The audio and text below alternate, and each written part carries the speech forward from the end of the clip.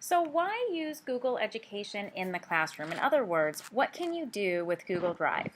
Well, this is a video giving some examples of how you can use Google Drive in the classroom with your students. So a day in my classroom looks like this, where students are using their devices to create work using Google. Now, I have a one-to-one classroom, so most of the students have a Chromebook, which you can see here in the picture. But I also allow them to use other devices, especially when they're putting together projects, in order to finish their products in the best way that they can, using being as creative as they can be. So, what are they doing specifically with Google? Well, there's a couple of things that you can do as a teacher and students can do as well. So the first thing that I'm going to talk about are documents and what you can do with them. So for example, worksheets. Instead of paper, my classroom is essentially paperless, and not 100%, but I don't think anybody should be 100% paperless anyway. But all of my worksheets and all of my handouts are pretty much on Google Docs, and I deliver them to my students so that I'm not passing anything out and they're not losing anything.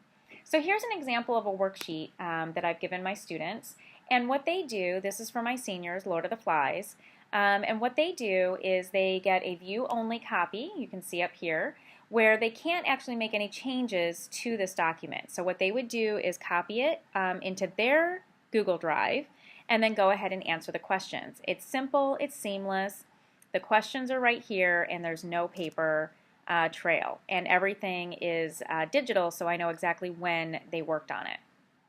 So that's an example of a worksheet.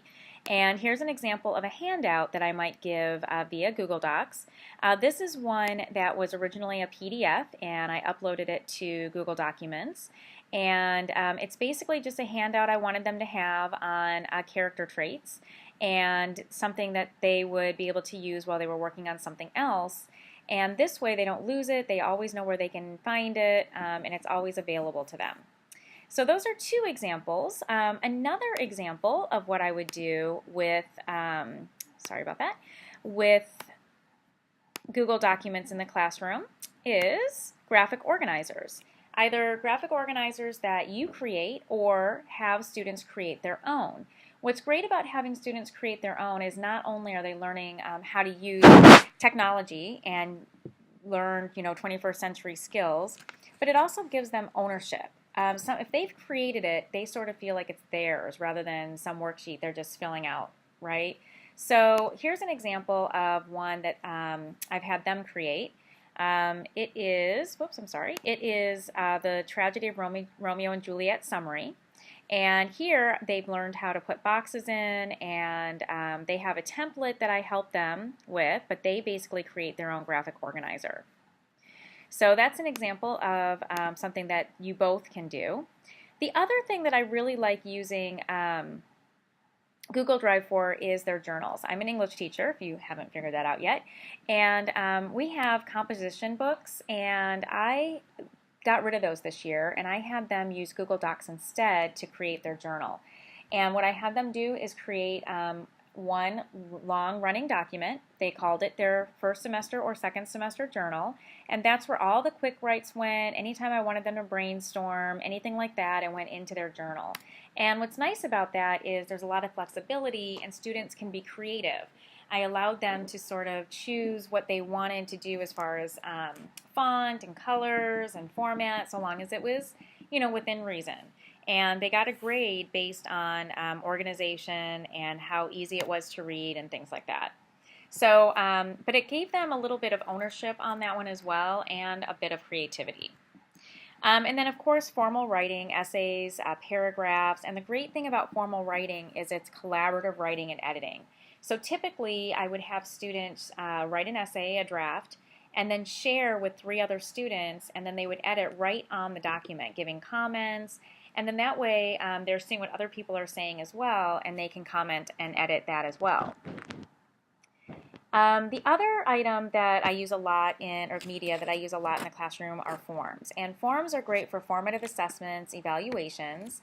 You can do this in surveys. I'm sure many of you have already taken surveys created in Google Drive. And I also use forms for rubrics and grading. So an example of a rubric that I created is for a nonfiction speech packet that my students turned in. And basically, as I was grading, I would just go through and I would fill these out, check the check boxes, give them a total, any comments I wanted them to have, and that's how I graded it. And it was easy and quick and took just 2 seconds to do. So that's an option you can do, you can use with forms. So presentations and drawings. Well, this is a presentation I created in Google Drive. So this is an example of how you can use a presentation. It is something that can be viewed anywhere, which is great. So when students are putting together projects, you know you're going to be able to open it as a teacher, so because it's web-based. It's like a PowerPoint, so lesson presentations, tutorials like this one, student projects. It's great for them to learn how to put these projects together as well. And then drawing is just if you want to create like graphs or anything like that that you would need to input someplace, embed someplace, you could create that in drawing. Mind Map is an add-on application that I really like. It's something that I think students really can use as a brainstorming tool to work out their writing and things like that. The example I have here is one that I started as an example for To Kill a Mockingbird, where we're talking about one of the main ideas of prejudice, and then off of prejudice, we have these ideas, and off of those, some examples. So it's a great brainstorming tool for students before they write, or to get them to think through things. So group projects is a really, it's all about collaboration these days, and for group projects they can create a document or a presentation, they can share it with the teacher, they can get real-time feedback or anytime feedback, so that's really great, especially as a teacher. You can sort of see if a kid is going off track somewhere before they turn their project in, and you can help them out with that, and of course collaborating with each other. So this is an example of a collaborative presentation I was working on with a colleague of mine. This is a screenshot of a presentation I was putting together for my school. And what I want to point out here is a couple of things. So when you're collaborating, what's really great is you can see if the other person is there or not. And it gives that person a color so you can see where that person is in the document. So here I can see that she is on slide 3, where I am currently on slide 4. The other great feature is the chat feature. So her and I were chatting back and forth about a question I had and something, whether or not I should include it in the presentation. And it was very easy for me to get an answer from her. And she was at the district office while I was in my classroom. So we didn't have to meet, we didn't have to pick up a phone. It was just very easy and quick to have her just go through the presentation, make sure it had the components it needed, etc. Students can do this obviously as well.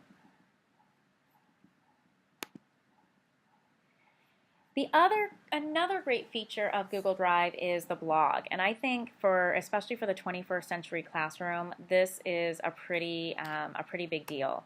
As long as your district turns it on, in some districts, they won't do that, but in some districts they will, and the argument for it is that students get to write outside those classroom walls. They get to write to a real audience, and I think that is huge, especially for students realizing there's so many learning opportunities with that, getting themselves out in the public arena. There's just so many things that we can teach through that. And it is starting to become more and more required at the collegiate level, so it gives them some great practice with this. So you've got all these great features, but how do you deliver them? Well, there's a few different ways that you can deliver the information. If you have a learning management system, then that would probably be the easiest way. You just post the links, embed the documents, what have you, into your website, the management system, or your own website like Weebly. And Google also has their Google for Education. Within the program, you can create classes, you can create folders, so students can you can deliver information to students that way, and they can give it back to you that way as well. And then to receive assignments, they can either share it with you, or if you have access to a Dropbox assignment box, they drop it right in there. They can, of course, go old school and print and turn it in. Or again, with that Google Education option, you already have classes set up, and you can students would turn assignments in that way.